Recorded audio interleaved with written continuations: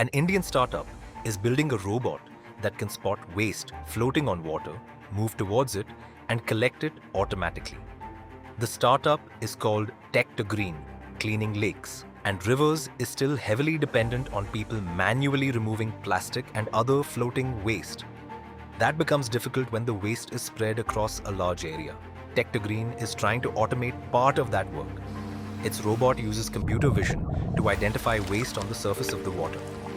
It then uses GPS to navigate towards it and collects the waste using an onboard mechanism.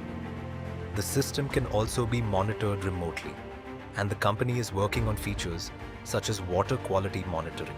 The startup was incorporated in 2025 and is incubated at VIT-AP University. It has also demonstrated the technology to officials from Andhra Pradesh's Fisheries department. The important part is that this is still an early stage system. It is not yet cleaning rivers across India at scale. But the problem it is trying to solve is very real. India has thousands of lakes, ponds, rivers, and urban water bodies that need regular cleaning. Doing all of that manually is difficult. If robots like these can become reliable and affordable at scale, they could take over some of the most repetitive and difficult parts of water body cleaning.